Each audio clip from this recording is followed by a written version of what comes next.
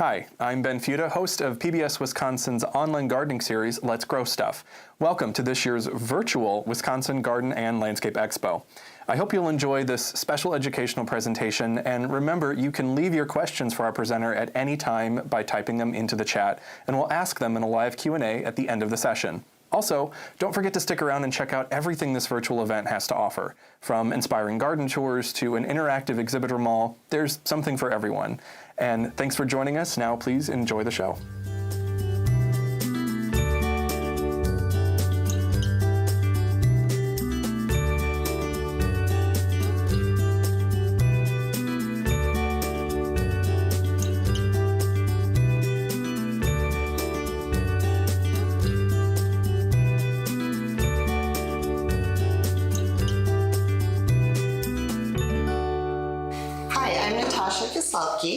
And I'm here with my father-in-law, Jerry Apps, and we'd like to spend some time with you today to talk about how to set the stage for successful gardening and how you can get your family involved.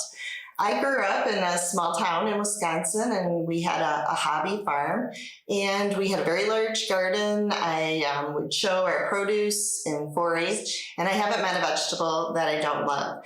Between Jerry and I, we have about 135 years of experience in gardening, and maybe you can guess who contributed most of those years. Jerry? Yes, I've been at this business of gardening for a very long time, ever since I was a little kid on the farm. My farm, home farm, was just west of Wild Rose in central Wisconsin. And as you might guess from the years that I've been gardening, I was growing up during the Depression and World War II, where we depended heavily on our garden. And by the way, for those who might be interested in knowing more about my experiences, you might want to take a look at my book, Garden Wisdom, which was published by the State Historical Society Press. Gardening is a really important family activity, as it was for both of us growing up. But in our family, we start planting the garden quite early. It's actually a year-round activity.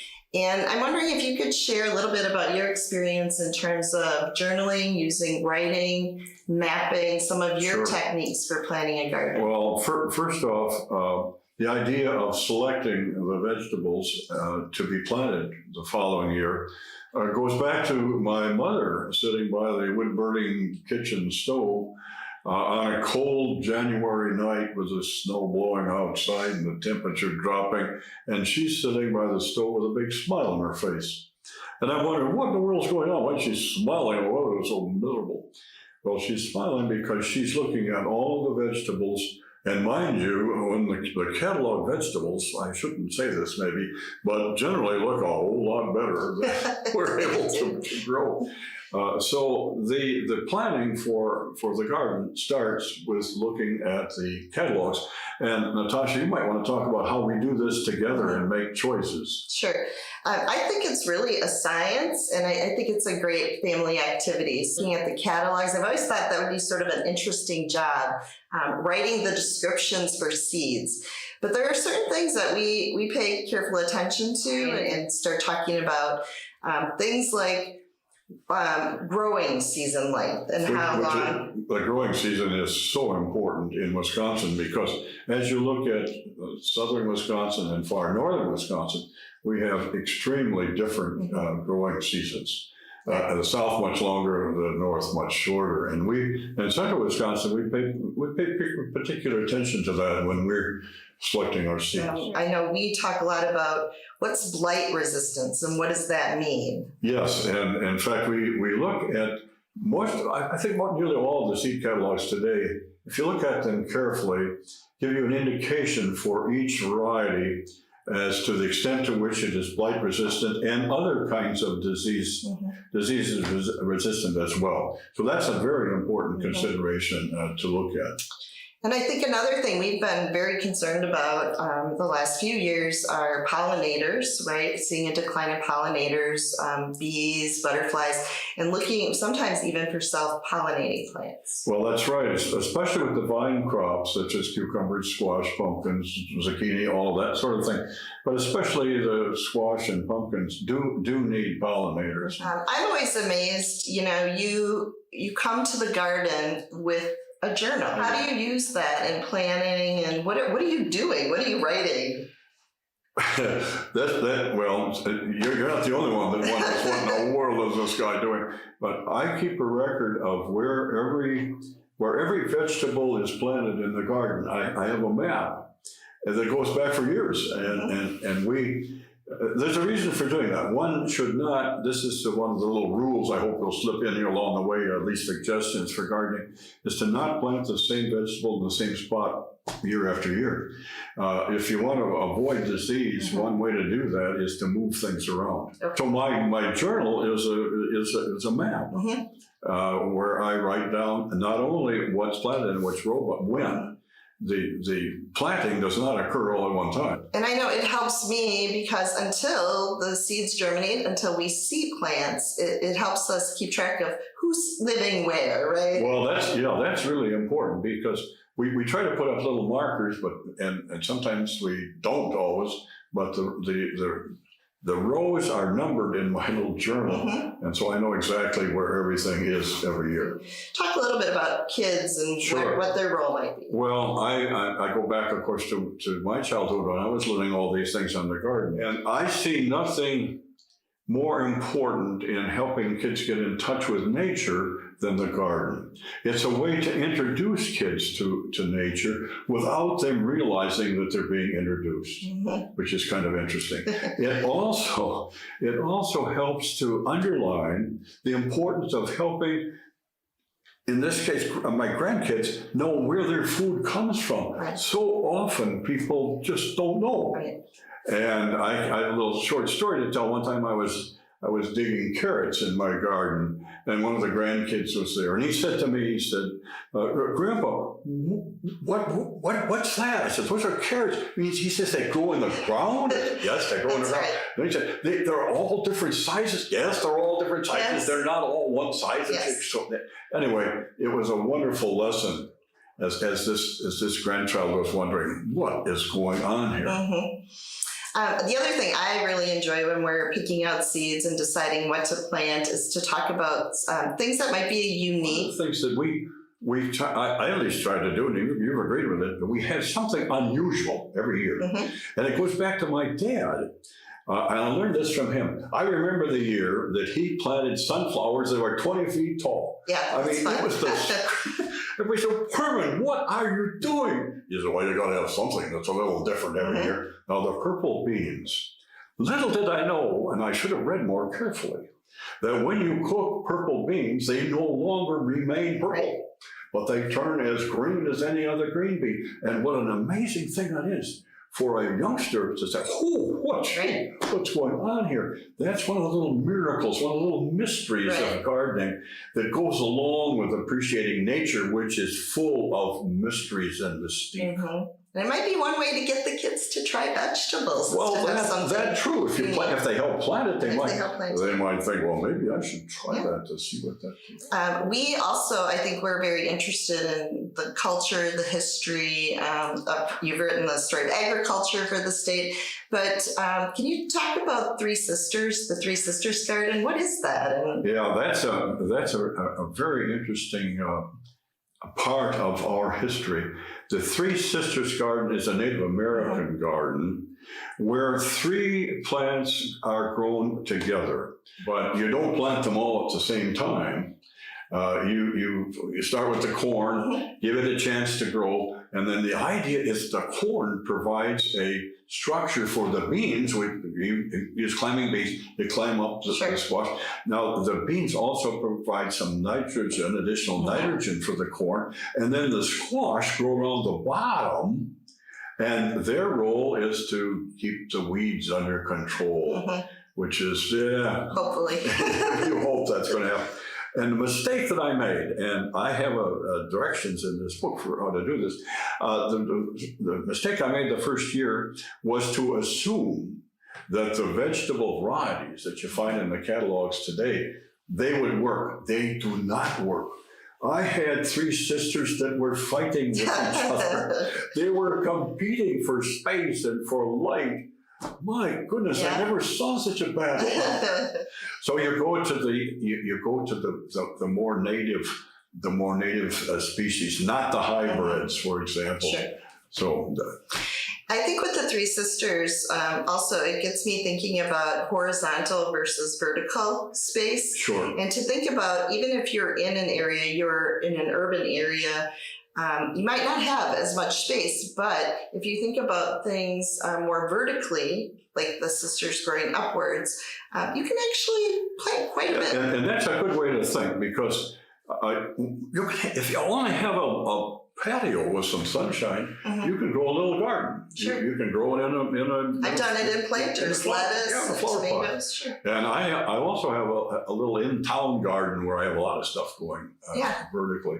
So So I think another consideration, and this sort of gets back to science, can we spend a little time talking about soil? So soil is important for, erosion control, for water, but at the farm, you have very sandy soil. And so what do you do to add organic material and make it more suitable? and we have very sandy soil. And it's it's highly acidic. It's about 5.5% pH. And you can get a pH meter and check your read soil it. And pH. interestingly enough, some vegetables, like potatoes, for example, enjoy a more acidic soil. It helps cut down on some of the diseases. But what we try to do at the farm, what we've tried to do over the last, 35, 40 years now on gardening at the farm, is to increase the organic material in a couple of, I think, interesting ways. One way is to mulch Mhm. the vegetable crops, such as tomato, cabbage, that sort of thing. And Natasha does a lot of the mulching with grass that we have used already during the winter to keep our septic system from Right, freezing. multi-purpose. So, yeah, so we're incorporating it into the soil as organic material. Also, in the fall, when we put the garden to bed, we plant winter rye or winter wheat. Mhm. And it grows not very tall in the fall, a little more in the spring, and then we work that into the soil. And we've turned our very sandy, very light brown soil into a nice, dark, humus, organic material kind of soil that works very well for us. And in town, you could consider composting, having a compost Sure. pile, and Yes, indeed. making your own. So, Jerry, I've always been impressed because I don't do this. I confess, I buy plants and I start my seeds outside. I do not start them in containers inside. So every year you are so patient caring for these teeny tiny tomato plants that you start inside. Can you talk about how you would start a seed inside It does take and patience. why? It does take patience. And I go back to my mother, who was in charge of our vegetable garden at the farm. And she always started, it's in central Wisconsin though, she always started plants on St. Patrick's Day because that's a green day. That's so cool. So she would start tomatoes, she would start cabbages, she would start a lot of things. I pretty much now only start tomatoes. And you're right, it takes a lot of patience because we have grown, well, I think last year we had 7 different varieties of tomatoes. And it's a lot less expensive to buy seeds, but the seeds do take some caring. And I plant them in little pots that are, you plant them directly into the ground and they become part of the organic material. And then I have a grow light over them, and I allow that grow light to 6 or 8, 10 hours a day, something like that. And when they get up to be, I don't know, this 3-4 inches tall, not tall, I repot them into larger pots. The problem I have, as you well know, is keeping track of the variety. Right. I have 7 of them. And some of them take off and grow like everything, and some of them sputter along, and some of them never make it at all. And some of them look absolutely pathetic when we're ready to set them out. I'm always amazed that they make it at all. And they take off. I had some pathetic plants that I set out in my little garden in town. They grew 6 feet tall. So don't give up on those little ones. They might surprise And it's you. so fun. It really is fun to start them from seed. I know you always have us, and it drives me crazy because I want to pack everything I can. I want to use up every possible inch in the garden, and you're very cautious to skip a row, give them their space. So can you talk a little bit about how do you decide who to plant where? You know, somebody, I guess, has written about it more extensively than I have, but I've learned most of this just from doing it. For example, if you plant pumpkins, for example, and you plant them right next to cucumbers, the pumpkins will win. They fight. Yeah. It sounds like they would be friends, right, but they're not. and so you make sure that you put the cucumbers in a different place in the garden than where you put the pumpkins. And we go every other row. Now we've got a lot of room. And we want enough room so that we can run a rototiller between the rows. So they're about 30 inches apart. But for the squash and the pumpkins and the cucumbers, we skip a row, and that gives them more breathing space, growing space. And if you don't do that, they sort of run into each other. And as you would think these vegetables would like each other. They don't. you gotta keep them separated from each other. They're competing for resources. Well, they're competing for light. They're competing for moisture. They're competing for nutrients. So you talked about a little bit about when do you plant, and you talked about the three sisters. You don't plant all at once. And I know one of our first crops, right, we plant peas. And if you stagger things, you can actually replant looking at how long your growing season is. And sometimes we plant an early and a late corn, but can you talk about how do you know when to plant? Well, and again, it depends on where you live in the state as to when you begin planting.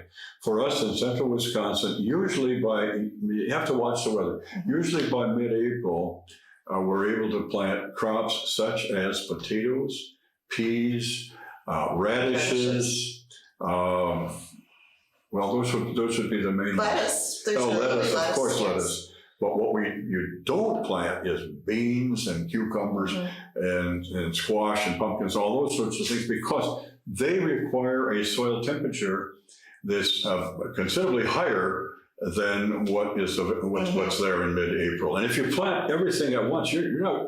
The other stuff is just not going to grow. The seeds will grow. You have an interesting relationship with rabbits. And we've had challenges with critters, you know. Have we ever? Potato bugs, we've had turkeys, the deer. How do you negotiate or keep them from taking over your garden? Okay, well, I started out with the idea that if you put a wire around the fence and that you hang little balls of hair. My brother's a barber, so he gave me a whole bunch of hair. This sounds really weird. This isn't something most people are going to want to do. They shouldn't even try it because it doesn't work, people. It sounds like it might, because the whole idea is the deer will come trotting along. Oh, I smell a human being. I better turn around and go away. The opposite happens. I smell a human being. There must be a garden here. I'll pull the fence and eat everything. And then the second thing I tried was mothballs. They keep the moths out of the closet. They do not keep the deer out of the garden. It's the same thing. The deer come trotting along. Oh my gosh, there's a human being here. There must be something good to eat. And it's true. So we finally dawned on the idea of maybe we put a low intensity electric fence around the garden, 2 wires. Somebody said, well, if you're going to keep the deer out, you've got to have a fence 10 feet tall. You have to have a fence 10 feet tall. Our fence is 4 feet tall. But it's electrified, and there are 2 wires. The top wire is for the turkeys and the deer, and the bottom wire is for the raccoons. And I tell you, I've got my fingers crossed on the bunnies, because that's a whole different problem. A deer walking along, people think the deer are going boom, boom, boom. They don't move like that. They walk. Sure. And they'll put their nose on this fence once. They're not stupid. And they'll say, Fred, don't go by the apple garden. They're going to get a busted nose. It doesn't hurt them that much. It just dissuades them. Anyway, with the bunnies, I did something a few years ago that I thought solved the problem. And this may sound a little weird to you, but people have told me that some of my other stuff is weird, my writing. I sat down with the head rabbit, and I said, Joe, I gave him the name Joe. I don't know that he knew his name was Joe. And I said, Joe, we've got to figure out something here because some of your relatives are chewing on my vegetables. And I said, Joe, you can have access. I have 120 acres. You can have access to 115 of those acres. Just stay out of my garden. He said, deal. I know we're both concerned about climate and changes in climate and how that's affecting agriculture. Can you talk a little bit about that? And have you seen any changes through your seasons? Yes, and I've been gardening at the farm since about 1967. Just a lot of years. And over those years, I have seen several climate, I think, well, I'll say, the winters have become milder. And with a more mild winter, pests that are likely to attack your garden will make it through the winter, more likely. I have seen fluctuations in rainfall that are near unbelievable. We've had some strong events in the spring. Yes, some years it's so dry that nothing wants to grow. And as the last couple of years, we've had way more rain than we needed. And as a result of that, we see things like blight and mold and all that sort of thing more prevalent than we ordinarily would see. We have 2 ponds at our farm. They are higher than any old timer ever remembers, and I'm guessing from the trees that are inundated that it's more than 100 years that we've had this much. The water table has reached the level that it is now. Yeah. Something else that comes out a lot in your writing, and I know it's one of the reasons I most love gardening, is the time to reflect, to be outside, to listen to nature. And I have to say, I know a lot of people hate weeding. Sometimes I get tired of it too, but I love to get down and weed onions. I love the smell, and you get close to the soil and you just see things from a different perspective when you're hoeing. And so can you talk a little bit about maybe weeding and hoeing aren't really the worst things to be doing? Well, they're not. And once you get onto it, I mean the rhythm, I'm talking about hoeing now, the rhythm of hoeing, there's a rhythm to it. And as is true of most farm tasks, people don't realize that once you catch on to the rhythm, then you don't have to think about it. You just do it. And that allows you, guys like me who have more curiosity than I ought to have, I'm thinking about all kinds of things that are not hoeing. Your next book idea. Well, that's probably true. And then at the same time, I'm watching a bluebird. I have a bluebird house right next to the garden. I'm watching a bluebird develop a nest. I may see sandhill cranes, a pair of sandhill cranes fly over. And I so much enjoy the warm summer sun on a quiet day. Another way maybe to get kids interested, get them away from all the screen time, right? It's just overwhelming all of us. Is get them their own tools that fit them right. Give them gloves that fit them. Give them gardening boots. For me, it's bib overalls. Whatever it takes, you know. That really does make a difference. And even the grandkids, they this is mine. Well, that's fine. That's going to be yours. Your trowel, your gloves. So you mentioned grandkids. Several of your grandchildren have gone into careers that were probably influenced in some way. Well, I want to talk about 2 of them in particular. Ben Horman, one of my grandsons, I remember him as a little kid helping put up the fence around the garden. And he was this is he's 3 or 4 years old. He's so meticulous. I said, they don't have to be, the insulators don't have to be exactly this. Oh, yes, they do. And he's measuring and going around. He is an engineer. Right. Today, he's a biomedical engineer working for a firm in San Diego. I could see engineer in this kid when he was 4 years old, because everything had to be just precise. His brother, Josh, we did lots of things. They got lots of hiking around, taking care of the garden, doing all kinds of things. Josh is today an environmental attorney. I can't believe that. I didn't say, you need to pay attention to this because the environment, I didn't say any of that stuff. I just said, come with me, let's take a walk. And we'd walk through the woods, or we'd walk around the garden. And I would say things like, what do you see? And he'd say, And I said, what kind of a tree is that? I don't know. Well, it's a birch tree. Oh, yeah. Well, little did I know that pseudo-teaching was something that stayed with him to this day. I live in an area where we have a very active community garden, and I would suggest that even if you don't have a lot of space, maybe you live in an apartment, Sure. you consider looking at a garden plot. And one of the things I love for our community garden, Troy Gardens, they do a lot for kids. And they even have a children's garden where they plant all the toppings for a pizza, a vegetable pizza. Really, that's great. They have a stone oven then, so they gather the kids, do the work throughout the summer, then they pick the produce, and then they celebrate by making a pizza. So my favorite part of the garden, of course, is eating what we harvest. And because of the way we stagger plantings, we're doing that, all gardening season. But I feel kind of bad, Jerry. I think a lot of the real work here falls on your wife, Ruth. And so She does a lot of the preparation. when we do the picking, then it goes into a whole nother process. And going back to the days on the farm, we didn't have electricity and did everything with a wood stove. And my mother, during the Depression, we depended heavily on the garden. And so she canned everything. She canned the beans and strawberries and peas, canned everything. And we stored the onions and we stored the pumpkins and we stored the squash. She made dill pickles. We lived off the garden. We did literally too. Yep. lived off the garden. We have this Tomato soup she makes. tomato soup and zucchini bread are Yes. two things Yes. where the whole family just can't wait. Mhm. And the grandkids especially, she will make 20, 30 loaves of Mhm. zucchini bread, and it's fantastic. I mean, I like it as well.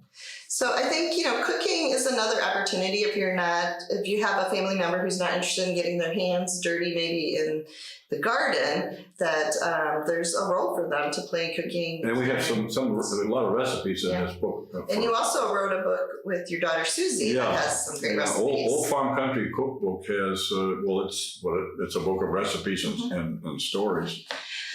So at some point, Jerry, fall inevitably comes every year, and it's time to put the garden to bed. And I know that's always sort of bittersweet for me, but that also is a really important part of success in planning for the next year. So what steps do you take in the fall? Well, you don't just leave it, as some people may do. By leaving it, I mean the potato vines are there, the frozen squash vines are there. The tomato vines are there. One of the things that you really must do is to remove all of the material that is loaded with the potential for disease. People, I think, mistakenly believe that by leaving that stuff that adds organic matter. Right. Well, it does, but it just fills your soil with disease organisms that you can avoid by moving it away. Right. So once all of that is taken away, then we take the fence down and tuck it away for the winter. That's one of the advantages of having a lightweight kind of fence with little steel posts that easily removed. And work up the soil one last time, as I mentioned earlier, and plant it to winter wheat or winter rye, and then it's to bed. Now, here's another wrinkle to it. Now the deer, if they wish to come to the garden, and I have pictures of 4 or 5 deer at a time in my garden eating the winter rye or wheat, that's fine. That's acceptable. They're welcome. And if the bunny wants to violate the rule that we have established, no bunnies in the garden, now he or she may come by and chew on some of that really succulent new growth of winter rye or wheat. And then I think about you could move your planters inside. You could plant an herb garden. Sure. I mean, you can continue this even with our winters inside, or if you have the luxury of a greenhouse or something like that. I know some people use the hoops, the little hoops, there are all kinds of things that to keep gardening over the winter that you can continue with. So I think, Jerry, it's gardening has certainly brought me closer to you. We spend a lot of time in the garden. We do. Gardening is a family activity. It's a year-round activity. And you've given some really great advice today. So I'm looking forward to getting our seed catalogs and going through it's those. almost time. Any final words about? No, other than I cannot say enough about how gardening can introduce kids to nature. And I think that's so important, particularly as you mentioned earlier, with so much screen time these days, and just getting outside where the air is fresh and the birds are flying and the sun is shining, and digging, getting your hands dirty. There's nothing wrong with getting your hands dirty, for heaven's sakes. When you're working in the garden, you're going to get your hands dirty.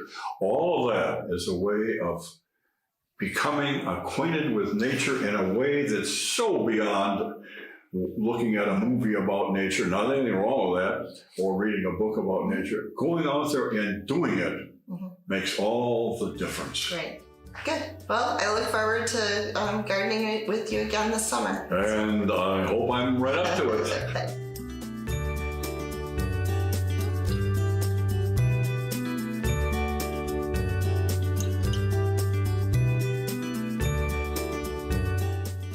Hi, I'm Ben Fuda, host of Let's Grow Stuff. Well, we just finished learning about setting the stage for successful lifelong gardening, and Jerry and Natasha are now joining us live to answer the questions that you've been sending in during their presentation. As a reminder, this presentation is recorded and the Q&A, so you can go back and watch it anytime, either at wigardenexpo.com or on Facebook or YouTube.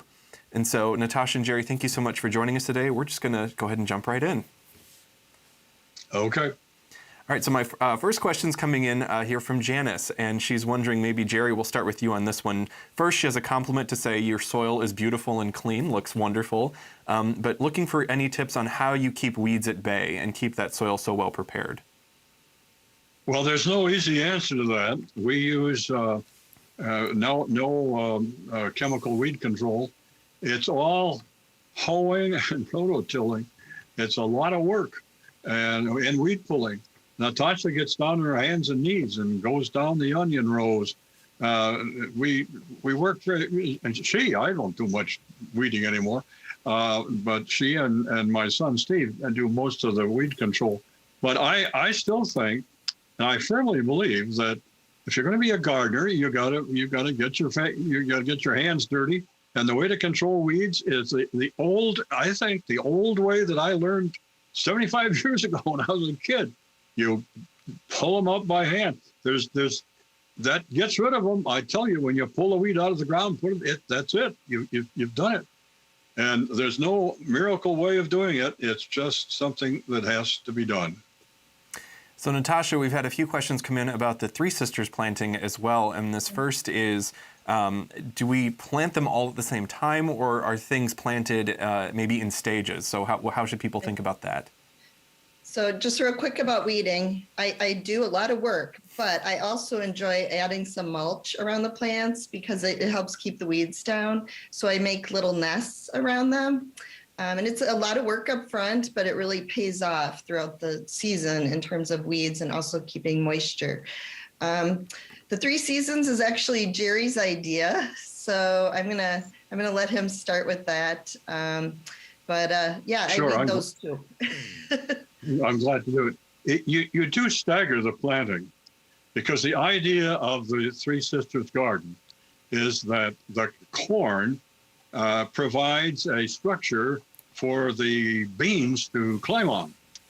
And the squash are planted with the idea of controlling the weeds around the little hill on which you have constructed the Three Sisters garden. So you start by planting the corn. And you can go as probably, I wait until the corn is up before you plant the beans. And one of the things I learned early on is don't select hybrid varieties.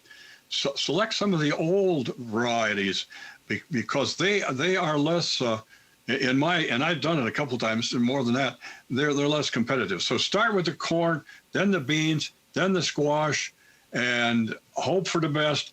I've had mixed results. Sometimes these sisters just don't get along, and the green beans want to take over everything, and the corn begins to whimper because it's not doing what it would like to do, and the squash doesn't know how to get going. All of that, by the way, is just great fun, especially when you've got kids and get them involved and they can watch what's going on. I could say a lot more about the three sisters. I see it as just a very interesting way of connecting what we're doing today with what was done yesterday. And I think that's valuable also for young people to learn. They can learn history, interestingly enough, they can learn history as well as they're doing gardening. Absolutely. So we There's have a program later, I believe, on the Arboretum, Indigenous Research Garden. So I think you might learn more about it. Later today, just in a couple hours, absolutely. So, Natasha, we have another question coming in, wondering about crop rotation. And they know it's a good practice to sort of change what's getting planted where, but is there a rule of thumb in terms of spacing? And how far should they be from where they were last year, or just planted in a different place? Mm-hmm. Well, we are working on that. Every year it's an important consideration for us, sort of moving spaces, trying to find where we have very sandy soil. So we're always searching for a place that has more organic material. And so I think you have to take a look at your plot and what kind of soils you have there and what you're planting. Certainly we're concerned about blight, and so trying to rotate so blight stays in the soil, so you don't want to keep planting tomatoes, for example, in the same spot. And you need to think about that every couple of years. Jerry, you want to talk more about larger crop rotation? We do. Each year I literally write down and create a garden map where I know where everything is planted. And I've done that for years. And I rather meticulously try not to plant the same crop in the same place, especially crops that are susceptible to blight. Tomatoes and potatoes in our area are very susceptible to blight. And so when we remove the potato vines, we don't use them for organic material. We get them away from the garden as far as we can. Same thing with tomato vines, because blight in our neck of the woods is a terrible problem. And so we then very carefully, and this past year we had a terrible problem with potato blight, and our yields were way down. So this next year we're going to put our potatoes as far away from where we had planted them this previous year as we can. And that's just a rule of thumb. And again, it's something disease related to me is one of the biggest reasons for doing the moving around. Now, the drawing down of nutrients and all of that makes a little bit of difference, but disease is the big reason for moving the plants around. So, Jerry, we have a question coming in from Deb, and she's wondering, are there any veggies that will grow in part shade? Not really. One of the requirements for gardening is sunlight. And I remember one time. This is a side story because we don't have a strawberry patch in our garden. We could have, but my dad always had a strawberry patch. And a city neighbor came by one time. He said, "Herman, working out in that strawberry patch, the sun is beating down on your back. It's just awful. I've planted my strawberries under the shade tree so you could sit in a chair and watch them grow," except he didn't.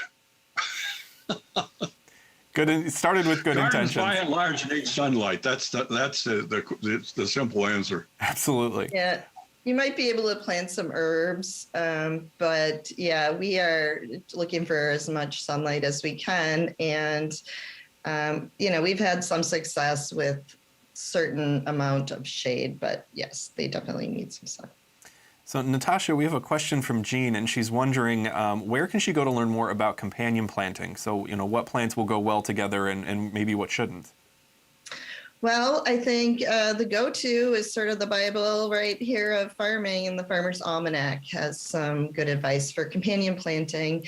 Also, use your neighborhood listservs. This is an opportunity to start discussions. Also, I think we have excellent local nurseries with experts there, so you might want to get some time with them. But Farmer's Almanac, your local nursery, and I think in my case, word of mouth, talking over the fence to my neighbors. Yeah, one of several questions we have coming in are, where can I go to learn more? And I think Over the Fence is great. Community gardens are great resources. A lot of learned experience there, definitely.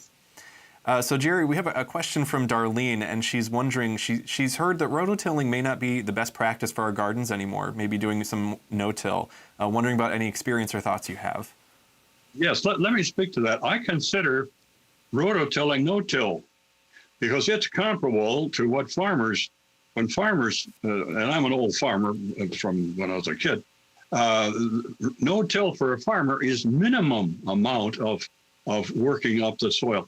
And the rototiller does not work up more than maybe 3 inches or so of the topsoil.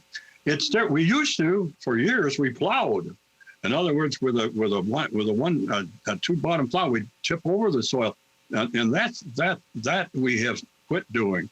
So I do not consider rototilling I consider it as a no-till kind of practice. You do need to work up some of the topsoil. You can't, in my judgment, now maybe others have an experience that's different, and that's fine. But in my judgment, at our location, the soil does need a little bit of working up, and the rototiller in our situation does that. For example, we plant a cover crop of wheat. I think I mentioned that in the talk, to serve as a way not only of preventing any kind of soil damage and from the wind and something that sort of thing in the winter, but it also adds humus to the soil. We work that in, not by plowing it down, but by using the rototiller. So if I had allowed the wheat that we plant on the garden, if we don't rototill it in, we're going to have a wheat patch and not a garden. So anyway, I don't know if that speaks to your question, but that's my experience, and that's what we do. So Natasha, we have a question from Nathaniel, and he's wondering if he's planting early, what are some of the first things he should be planning to get into the ground? Lettuce. So I like to think we plant several rows that are just salad items. So peas are an early crop. And we actually end up then pulling the peas after we harvest them, and we can use that space to replant.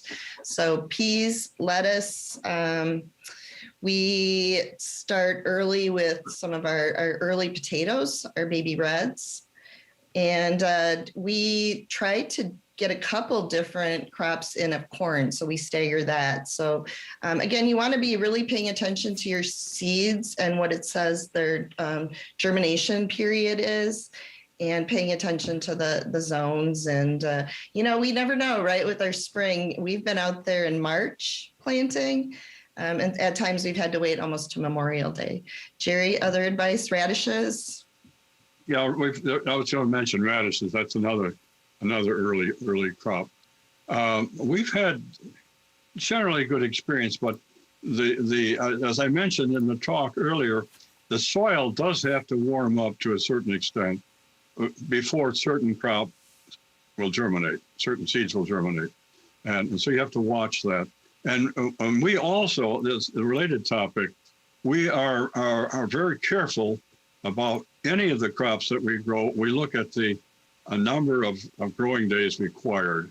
For example, in central Wisconsin, where we are, I do not plant anything that takes more than 100 days, and a lot of vegetable crops do. Some of the sweet corn is 120 days, and that's not going to make it. Some of the vining crops are over 100 days. Generally, when we look for number of days of growing days, I want to keep it around 85, 90, 95 on the outside.